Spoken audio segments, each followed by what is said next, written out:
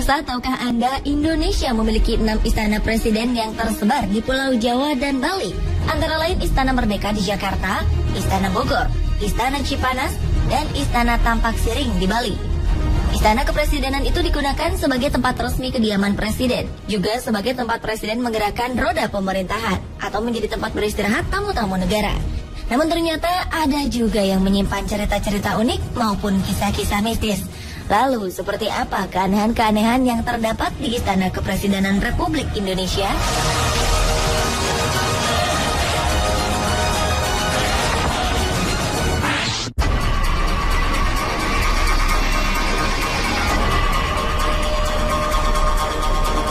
Demi penghematan uang negara, dahulu Presiden Gus Dur memutuskan tinggal di Istana Merdeka. Meski demikian, bukan berarti keluarga Gus Dur betah. Mereka mengaku banyak diganggu makhluk halus di istana peninggalan zaman kolonial itu. Putri Gus Dur, Yeni Wahid, pernah mengaku di akun Twitternya bahwa istana yang ia tinggali sangat tidak nyaman dan seram suasananya. Bahkan sang adik Inayah Wahid sering diganggu oleh makhluk halus. Kejadian menyeramkan ternyata tidak hanya dialami keluarga Gus Dur. Sejumlah pegawai istana juga kerap mengalaminya. Bahkan saking takutnya, untuk membersihkan lantai 4 dan 5 di Wisma Negara saja tidak ada yang berani, karena takut dengan penunggu di sana yang tidak kasat mata. Menurut ajudan Gus Dur saat itu, yaitu Munib Huda Muhammad, Presiden Indonesia kelima itu tidak menggunakan cara-cara mistis untuk mengusir keangkeran istana, melainkan dengan cara yang logis. Gus Dur membuka Istana Merdeka bagi masyarakat, sehingga di era Gus Dur, Istana Merdeka ramai dan tidak angker lagi.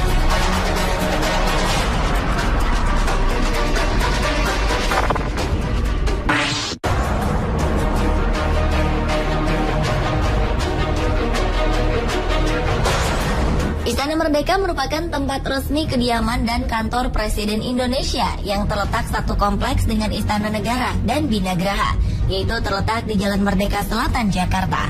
Istana dengan luas sekitar 2.400 meter persegi ini dibangun pada masa pemerintahan Gubernur Jenderal J.W. Van Lansberg pada 1873. Tercatat setelah Presiden pertama Indonesia, Soekarno, barulah Presiden keempat Abdurrahman Wahid alias Gus Dur yang memilih tinggal di istana. Kini Istana Merdeka ditinggali oleh Presiden ke-7 Indonesia, Joko Widodo, atau yang akrab disapa Jokowi. Yang menarik, ternyata Jokowi dan Ibu Negara Iriana Widodo bukan hanya tinggal, tetapi tidur di bekas ranjang Presiden Soekarno. Diketahui selama ini tak ada presiden yang berani tidur di ranjang kamar sang proklamator itu. Bahkan putri dari Bung Karno, Megawati Soekarno Putri sekalipun. Menurut Ahok, Gubernur DKI Jakarta, Presiden Jokowi termasuk salah satu presiden yang berani menempati kamar Bung Karno. Meski banyak informasi tentang bangunan tersebut yang penuh dengan cerita mistis, Jokowi mengaku tidak merasa terganggu oleh cerita-cerita itu. Ia malah merasa nyaman, sebab ia juga pernah tinggal di gedung tua saat ia menjabat sebagai wali kota Solo.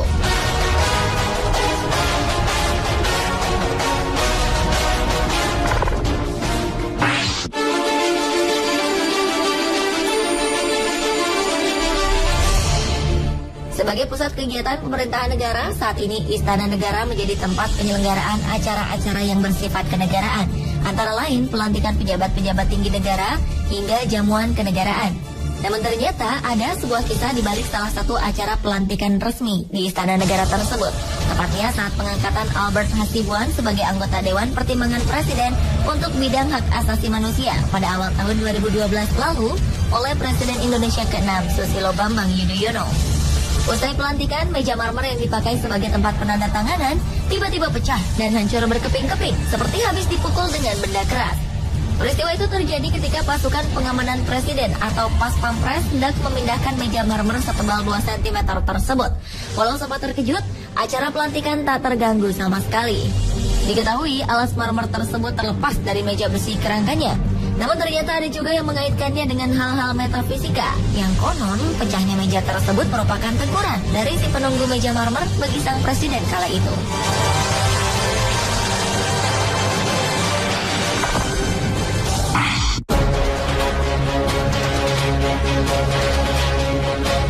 Pemirsa, Rabu 22 Oktober 2014, Presiden Joko Widodo menggelar jumpa pers perdana sejak dilantik pada 20 Oktober lalu di halaman Istana Kepresidenan. Ada yang menarik dalam jumpa pers tersebut. Lokasi yang dipilih sebagai tempat jumpa pers juga tak biasa, yakni di bawah pohon Ki Hujan, nama sebuah pohon jenis trem besi besar yang ditanam di belakang Istana Merdeka. Pohon Ki Hujan ini seperti menjadi saksi bisu atas segala yang terjadi di kompleks kepresidenan itu. Di antaranya saat SBY pernah menerima penyerang kesebelasan nasional Prancis, Zinedine Zidane. Menariknya, Ki Hujan ini ternyata sudah berusia 144 tahun sejak ditanam pada 1870, yang artinya 3 tahun sebelum Istana Merdeka dibangun oleh arsitek Grosarek. Meski ditopang oleh sejumlah tiang, pohon ini masih terlihat gagah. Yang menariknya lagi, pohon ini sempat diterjang angin puting beliung yang terjadi di kawasan istana pada 5 Januari 2012 silam. Banyak pohon bertumbangan, namun anehnya Ki Hujan tetap kokoh berdiri. Hanya dedaunannya saja yang rontok dan ranting-ranting kecil yang berjatuhan.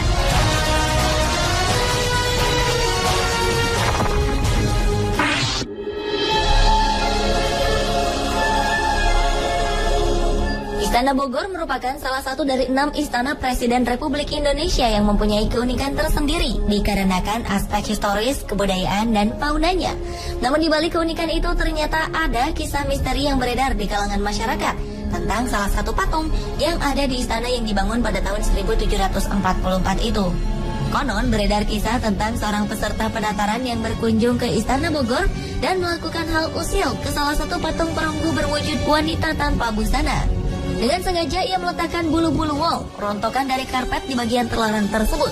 Esok hari ia terkejut karena bulu-bulu serupa ada di kantung celananya. Dan ketika makan, ia pun tersedak tanpa sebab, namun yang keluar dari tenggorokannya adalah bulu-bulu karpet tersebut.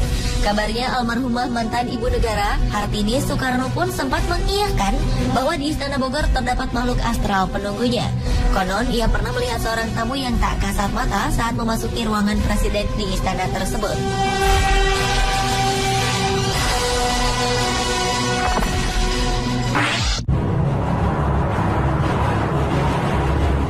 Istana Kepresidenan yang berada di Bali, yakni Istana Tampak Siring, adalah satu-satunya istana kepresidenan Republik Indonesia yang dibangun setelah Indonesia merdeka. Karena kelima istana lainnya, yakni Istana Negara, Istana Merdeka, Istana Bogor, Istana Cipanas, serta Istana Gedung Agung Yogyakarta dibangun semasa zaman kolonialisme Belanda. Istana Tampak Siring biasanya digunakan oleh presiden untuk beristirahat, melakukan rapat kerja, serta melakukan perundingan luar negeri. Istana Tampak Siring diprakarsai oleh Soekarno dan mulai dibangun pada tahun 1957 hingga tahun 1963. Di istana tersebut terdapat sebuah kamar yang dulu sempat dihuni Soekarno. Konon menurut warga setempat, kamar tersebut hingga kini tidak dihuni dan sengaja dikosongkan karena ada kekuatan mistis yang meliputi ruangan tersebut. Sementara Presiden Indonesia yang datang berkunjung ke istana itu menempati bangunan lain yang tak jauh dari bangunan yang ditempati Soekarno.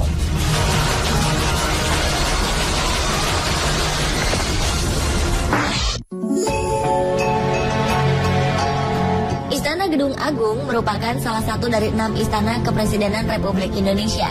Istana ini terletak di pusat kota Yogyakarta, tepatnya di ujung Jalan Malioboro. Gedung yang dibangun oleh seorang arsitek A. Payen ini pernah menjadi saksi sejarah ketika Bung Karno berkantor di sana saat Yogyakarta menjadi ibu kota baru Republik Indonesia. Karena merupakan bangunan tua, banyak rumor beredar mengenai kisah mistis di balik bangunan bergaya Eropa itu. Kabarnya di istana tersebut sempat terjadi gangguan-gangguan makhluk gaib. Maka dari itu seorang paranormal pernah dimintai tolong oleh Pas Pampres.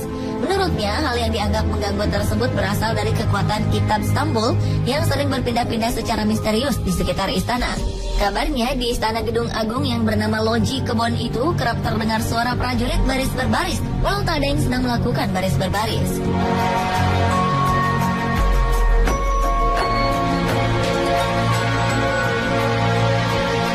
Pemirsa, itulah 7 peristiwa aneh yang pernah terjadi di Istana Kepresidenan Indonesia versi On The Spot.